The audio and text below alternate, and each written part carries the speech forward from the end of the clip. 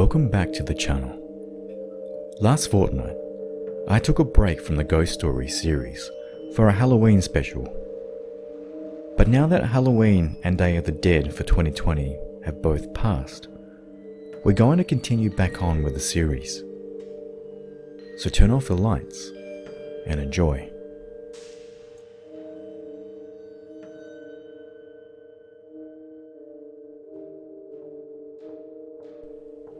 I'm a real estate broker and flip houses. We buy old beat up houses. Some of them are the worst of the worst, as you could imagine. So we bought one and went to see it today. It had been vacant for about 10 years. Now we buy these on auction, so we often don't get a chance to see inside. But a vacant property for 10 years does have some questionable things. However, in this case, when we finally turned the key to the front door and opened it, there was a massive bloodstain on the floor. When we researched further into it, we came to find out that somebody killed themselves in that house 10 years ago. My partner and I were taking walkthrough videos to share with our contractors and get rehab estimates. Both of us independently took videos, and both of our phones shut off when we panned over the area with a bloodstain where that person died.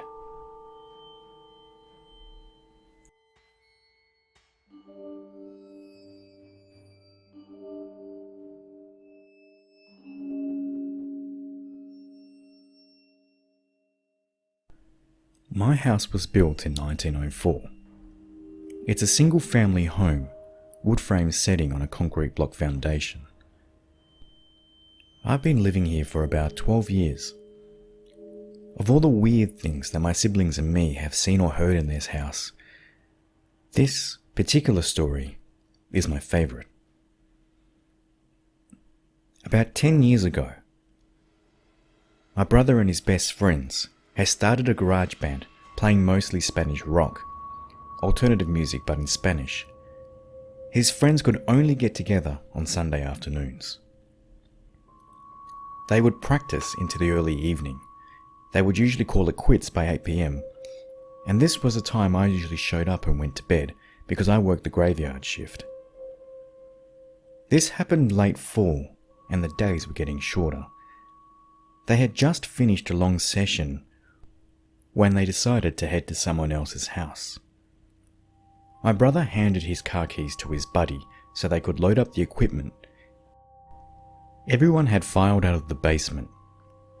Just for context, the tricky part was that they needed to walk all the way to the back of the basement, up the back stairs, through the kitchen doorway, down the hall into the living room, and out into the front porch. So everyone was outside sitting in my brother's truck, waiting for him. My brother was walking up to the back stairs when he remembered that he had left his pancakes in a to-go container sitting on a speaker in the basement.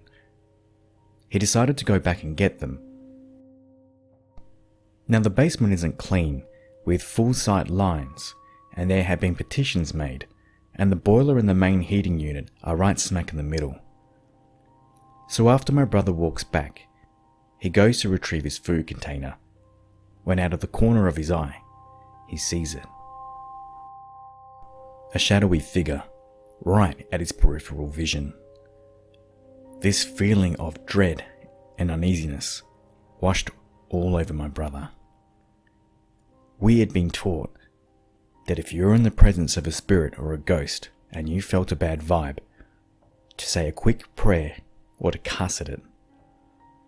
My brother chose the latter. He basically just told it, "Hey, stuff you. I don't have time for this crap." My brother started to walk to the back of the basement and briskly up the stairs, closing doors and turning off lights as he was walking out. The last light switch is on the opposite side of the front door. Luckily, the door was open and the light from the street lamp was flooding the living room with its amber light. My brother said that he felt something at his back, but at no point did he turn around as he flicked the last switch in the living room. My brother climbed into the driver's side of the truck, putting on his seatbelt and getting ready to pull out of the parking spot directly in front of the house, when one of his friends asked, "Hey, wait, what about your brother?" He was confused. He asked, "What do you mean?" The friend replied, "Isn't he coming with us?" My brother answered, "He went to work early tonight. He's already gone. Plus his car's not here." That's when my friend asked, "So then, who was walking behind you when you were leaving the house?"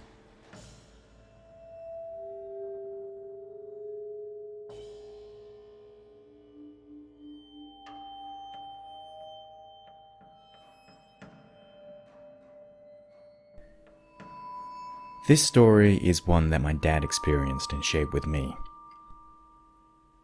My dad grew up on dairy farms with his parents, who worked for a guy who owned multiple farms.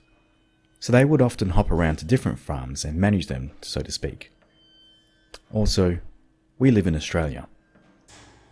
So, while my dad was in his late teens to early 20s, they lived in this house that eventually became known as the spooky house to him and his parents. And this is what they experienced while living there. The house was known to have a very foreboding feeling to it, like something was always off, and you couldn't quite put your finger on it. The floor was made out of old wood that had little notches in it, and Nan, on my dad's side, put little stoppers in them to fill the holes. A lot of the time, they would wake up in the morning to find that all the stoppers were pushed up from underneath the house. Dad said that they had these giant ass hippie beads hanging in the doorways. So big and heavy that it would have to take a big gust of wind to move them. He's lost count at how many times he would get up early for work and find them swaying, like someone walked through them. But when he checked the bedrooms, everyone was asleep. Things started getting worse over time, like the house didn't want them there. At one point, Nan contacted a psychic to see if they could make it better, or at least calm it down.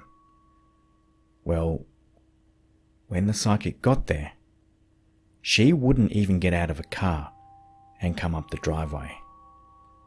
She absolutely refused to come inside the house.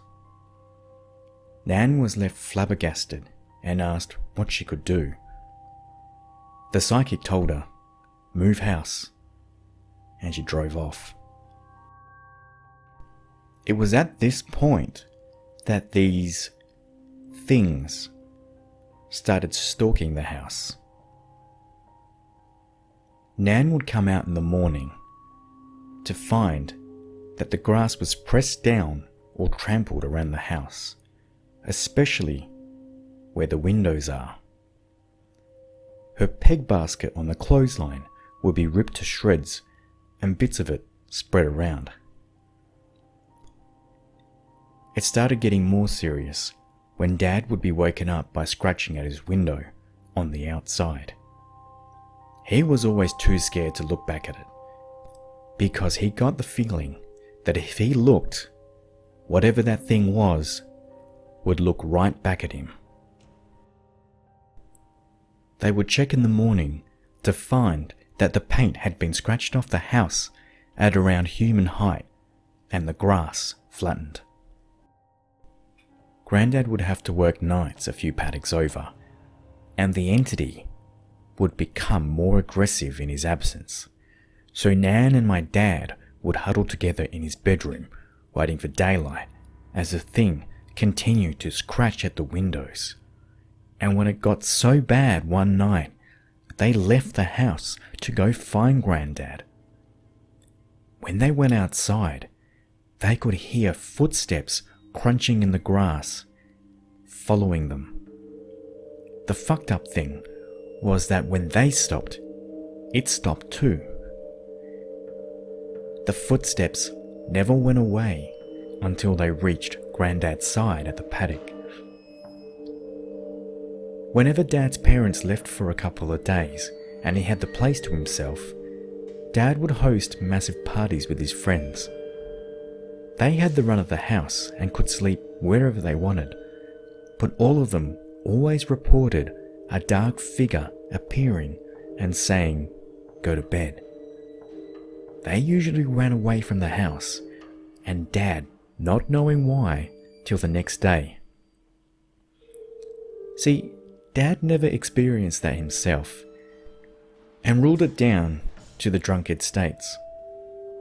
Besides, the thing had only been outside the house.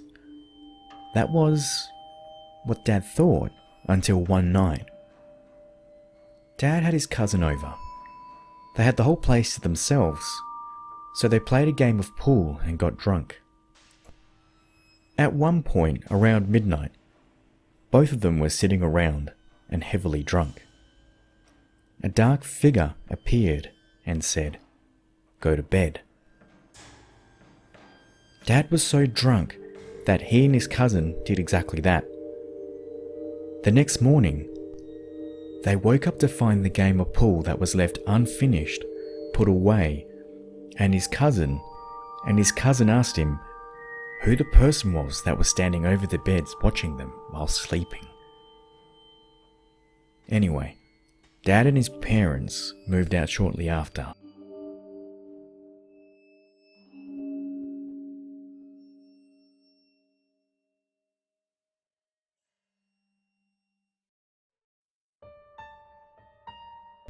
That brings us to the end. If you like the video, or any stories in it, give the video a thumbs up and let me know what you want to see next in the comments below. If you're new to the channel and you like these sorts of stories, consider subscribing to get all the latest. And if you have your own true or ghost story, or both, send it through to my email address, thisismrreality@gmail.com. I'll see you in the next one.